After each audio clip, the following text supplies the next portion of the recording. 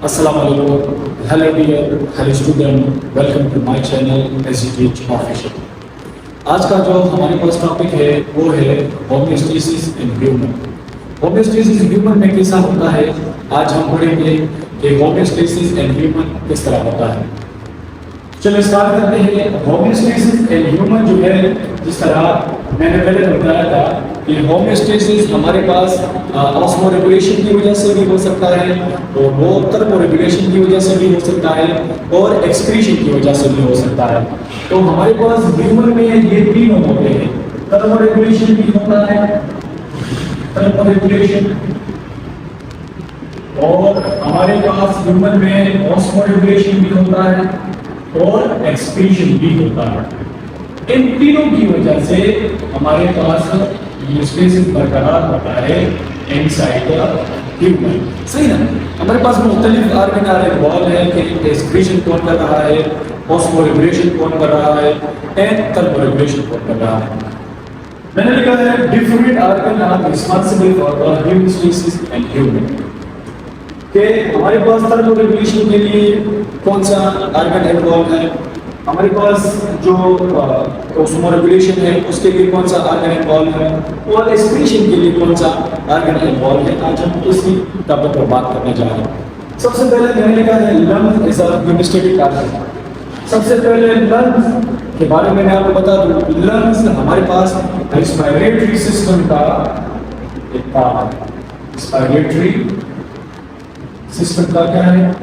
Respiratory system का part है, part of the respiratory system. Lungs जो हमारे पास है सबसे पहले ये part of the respiratory system है।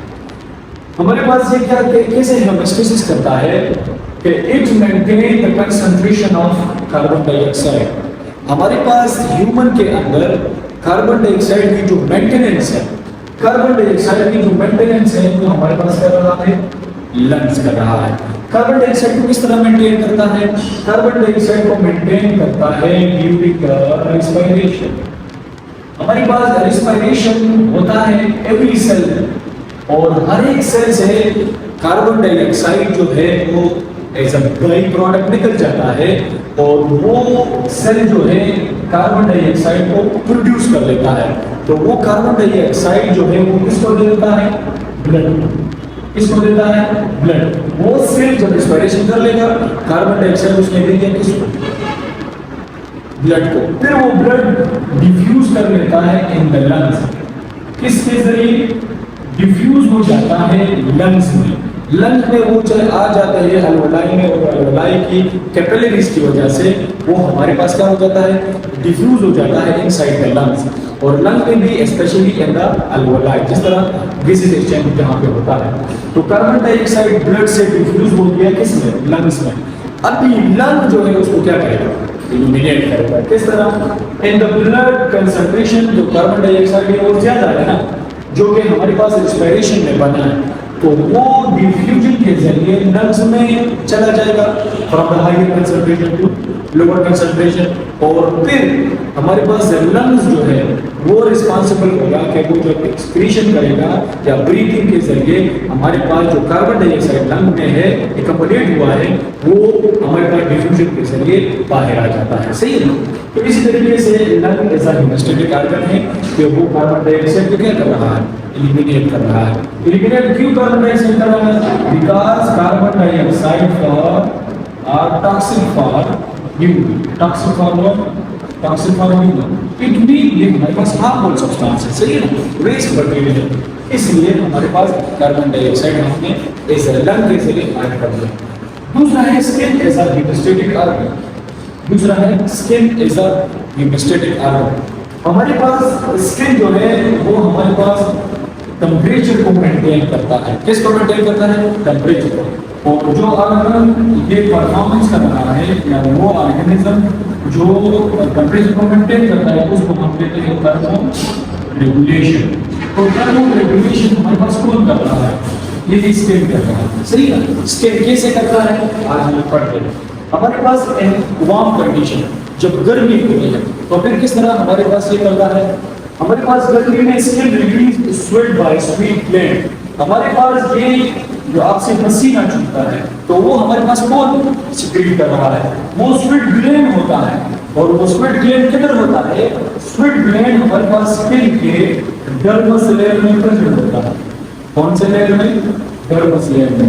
एक हमारे पास होता है एपिडर्मस लेयर और एक होता है हमारे पास डर्मस लेयर। एपिडर्मस तो उसे कहते हैं जो आउटर मोस्ट कवर है, और आउटर मोस्ट कवर के बाद जो लेयर आता है स्किन में वो है डर्मस। तो डर्मस हमारे पास, डर्मस में हमारे पास स्वेट ग्लैंड होते हैं जो स्वेट को रिलीज करता है।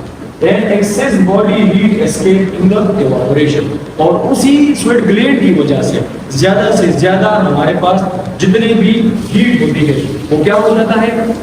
एवापोरेट हो जाता है वाटर के अंदर। सही है, एस्केप हो जाता है, एलिमिनेट हो जाता है। दूसरी बात मैंने कहा आल्सो एलिमिनेट एक्सेस वाटर। ये स्किन जो है एक तो थर्मोरेगुलेशन भी करता है, दूसरा ऑस्मो रेगुलेशन भी परफॉर्म कर रहा है। किस तरह? हमारे पास एक्सेस वाटर जो है, एक्सेस वाटर में जो हमारे पास वेस्ट है, एक्सेस मैंने पहले भी बताया है कि एक्सेस जो भी चीजें होगी वो हमारे लिए क्या है? वेस्ट भी हो गया ना। तो वो वेस्ट हमारे पास निकालते हैं। कौन कौन से? एक तो वाटर को निकालते हैं, एक salt, urea and uric acid by sweet. सही ना? जो आपसे पसीना छूट रहा है तो उसमें हमारे पास ना कि सिर्फ वो टेम्परेचर को मेंटेन कर रहा है, वो एक्स्ट्रा वाटर को वो एलिमिनेट कर रहा है, वो यूरिया को एलिमिनेट कर रहा है, वो साल्ट को एलिमिनेट कर रहा है, और एक यूरिक एसिड को भी एलिमिनेट कर रहा है। तो ये हमारे पास था वार्म कंडीशन।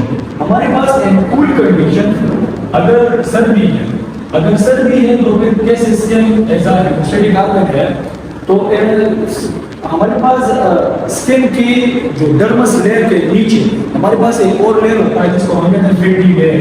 क्या कहते हैं? Fatty layer. हमारे पास लिपिड लेयर होता है, और वो लिपिड लेयर क्या होता है? Lipid layer present beneath the skin.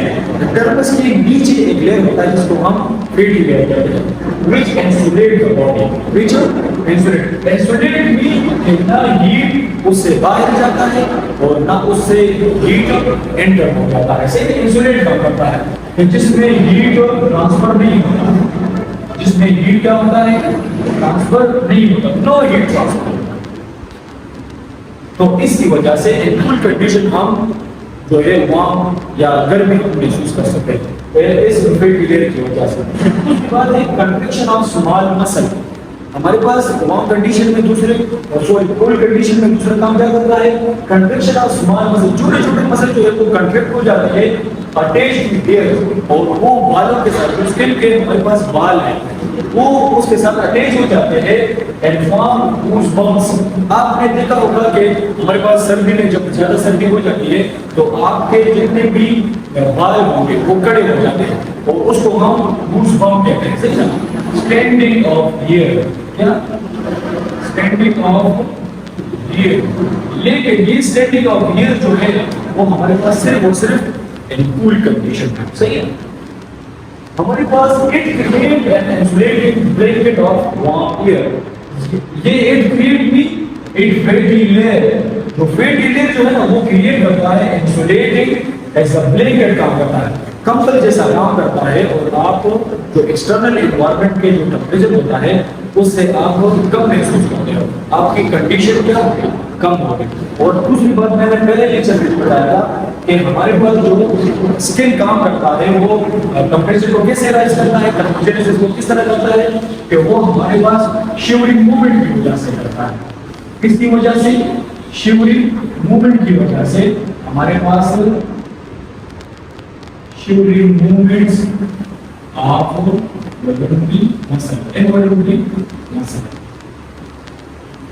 तो उसकी वजह से भी आप ज्यादा फील करोगे। सही ना? और दूसरा मैंने बताया था नॉन शिवरिंग, जो नॉन शिवरिंग हमारे पास थायरॉक्सिन है वो चला जाता है, हमारे पास मेटाबॉलिक एक्टिविटी को ज्यादा कर लेता है और वो हीट प्रोड्यूस कर लेता है, तो उसकी वजह से भी आप इन कूल कंडीशन आप वार्म या आपका टेम्परेचर नॉर्मल रहता है। नॉर्मल टेम्परेचर अगर मैं बात बता दूं तो स्किन या हमारे ह्यूमन के अंदर नॉर्मल टेम्परेचर है 37 सेल्सियस। कितना है? 37 सेल्सियस। तो 37 सेल्सियस ये मेंटेन होता है।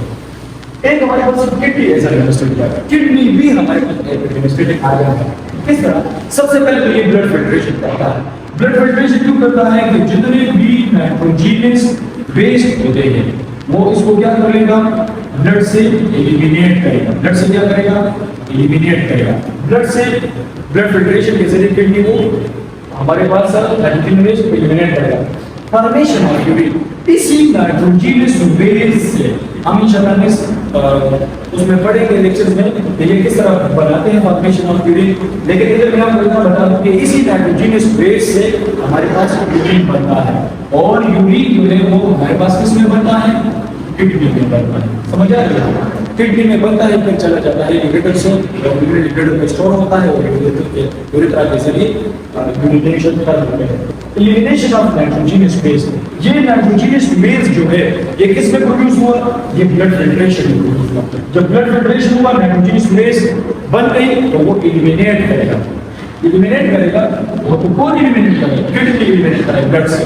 किसके जरिए, यूरिनरी सिस्टम के जरिए, यूरिनरी ट्रैक के जरिए, यूरिनरी ट्रैक के जरिए वो उस नाइट्रोजनस वेस्ट को एलिमिनेट कर रहा है। किडनी और का क्या करता है, मेंटेन वाटर बैलेंस, ये वाटर बैलेंसिंग भी करता है इनसाइड द ब्लड। सही ना, ब्लड जो वाटर की बैलेंसिंग है, वाटर की क्वांटिटी है, उसको भी मेंटेन करता है। साल्ट को भी मेंटेन करता है कौन, किडनी। सही है। एंड द ब्लड, हमारे ब्लड में साल्ट को भी और वाटर को क्वांटिटी को भी क्या कर रहा है, मेंटेन कर रहा है। एंड अदर फ्लूइड, जितने भी फ्लूइड्स है हमारी बॉडी के अंदर, उन सबको कौन मेंटेन कर रहा है, किडनी। तो ये हमारे पास सारा का सारा ह्यूमोस्टेसिस है, एक साइड का ह्यूमन, तो ये किस तरह काम करता है। तो आई होप आपको समझ आई हो। If you have any question related to the topic, you can ask freely in the comment section, and thank you so much for watching. Best of luck.